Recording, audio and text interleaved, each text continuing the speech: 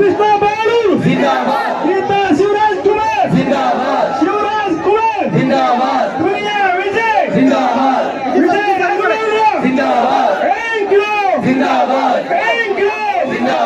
ಕನ್ನಡಕ ಹಾಕೊಳ್ತಾರೆ ಮಗರ ಅಂತ ಹೇಳ್ತಾರೆ. ಕುಮಾರ್ ಮಗರಪ್ಪನವರು ಮೊನ್ನೆ ಕನ್ನಡಕದ ಬಗ್ಗೆ ನನ್ನ ಬಗ್ಗೆ ನಾನು ಕನ್ನಡಕದ ಬಗ್ಗೆ ಭಾರಿ ಚರ್ಚೆ ಇಡೀ ರಾಜ್ಯದಲ್ಲಿ ಚರ್ಚೆ ಅದು ಏನು ನನ್ನ ಕನ್ನಡಕದ ಮೇಲೆ ಅಷ್ಟು ಪ್ರೀತಿ ಅವರಿಗೆ ನಿಜಾನ ನೀವೇ ಹೇಳ್ಬೇಕು. ರಾಜ್ಯದ ಜನ ಹೇಳ್ತಾರೆ ಕನ್ನಡಕದ ಬಗ್ಗೆ ಗೋಪಾಲಕೃಷ್ಣ ಕನ್ನಡ ಕುಮಾರ್ ಬಂಗಾರಪ್ಪನವ್ರು ಹೇಳಿದ್ರಂತೆ ಗೋಪಾಲಕೃಷ್ಣ ಕನ್ನಡಕದ ಬಗ್ಗೆ ಹೇಳಿದ ಬಗ್ಗೆ ನಾವು ಚರ್ಚೆ ಮಾಡೋದಲ್ಲ.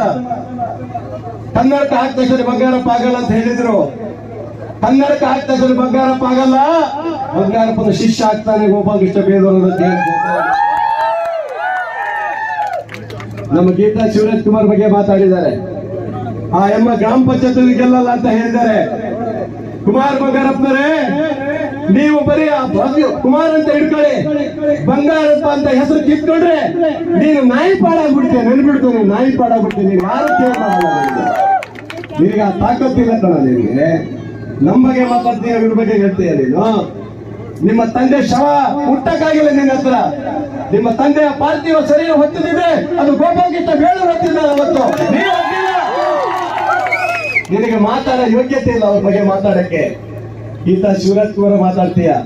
ರಾತ್ರಿ ಬಂಗಾರಪ್ಪನ ಹೊರಗಾಕಿದಂತ ದುಷ್ಟ ವ್ಯಕ್ತಿ ಇದ್ರೆ ಅದು ಕುಮಾರ್ ಬಂಗಾರಪ್ಪ, ನೆನಪಿಡ್ಕೋಬೇಕು. ಇಂಥ ವ್ಯಕ್ತಿ ನನ್ನ ಬಗ್ಗೆ ಮಾತಾಡ್ತೀಯ. ನಾನು ಇಲ್ಲಿವರೆಗೆ ಸುಮ್ಮನೆ ಇದ್ದೆ, ಈಗ ನೀನು ಹಾಲಪ್ಪ ಬಾಲ ಬಿಚ್ತಾ ಇದ್ದ, ಈಗ ನೀನ್ ಬಾಲ ಬಿಚ್ಚುತ್ತಾ ಇದ್ದೀರಾ. ನನಗೆ ಯಾರು ಬೇಕಾಗಿಲ್ಲ. ನನಗೆ ಈ ತಾಲೂಕಿನ ಜನರೇ ನನಗೆ ದೇವರಿದ್ದಂಗೆ, ಮತ್ತಾರು ನನಗೆ ಬೇಕಾಗಿಲ್ಲ. ನೆನಪಿಡ್ಕೊಳ್ಳಿ, ನೀವೇ ನಮಗೆ ದೇವರಿದ್ದಂಗೆ ನನಗೆ ಆಶೀರ್ವಾದ ಮಾಡಿದಂತವ್ರು. ನಿಮ್ಮ ಸೇವೆ ಮಾಡುವಂತ ಅವಕಾಶ ಕೊಟ್ಟಿದ್ದೀರಿ ಬಂಧುಗಳೇ. ಒಂದ್ ಸರಿ ಎಲ್ಲರೂ ನೋಡಾಯ್ತು, ರಾಘವೇಂದ್ರ ಗಿರಿಗಂಧರ 3 ಸರಿ ನೋಡಾಯ್ತು. ಒಂದ್ ಸರಿ ಗೀತಾ ಶಿವರಾಜ್ ಕುಮಾರ್ ಕೊಡೋ ಮೂಲಕ ನಮಗೊಂದು ಅವಕಾಶ ನೀವು ಮಾಡಿಕೊಡ್ಬೇಕು.